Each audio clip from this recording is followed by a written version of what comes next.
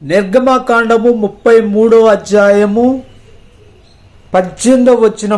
అతడు దయచేసి నీ మహిమను నాకు చూపమనగా, మోషేకు దేవుడు మండుతున్న పదుల ప్రత్యక్షమయ్యి దేవుడు మోషేతో మాట్లాడాడు.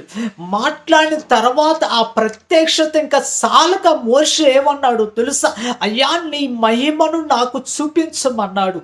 నీ మంచి తనమంతయు నా ముందు కనపరచమన్నాడు.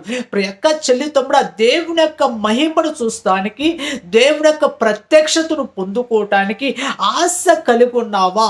ఆశ కలిగి ఉన్న వారికి ఆయన మహిమను తప్పనిసరిగా చూపించగల జీవమగల దేవుడు, పరిశుద్ధుడా తండ్రి, నీపై ఆశ కలిగి ఉండే రీతిగా అందరి జీవితాలు మార్చమని యేసు నామములో అడుగుచున్నాం తండ్రి, ఆమేన్. మేఘాల మీద యేసు వచ్చుచున్నాడు, పరిశుద్ధులందరినీ తీసుకుపోతాడు. లోకమంతా శ్రమ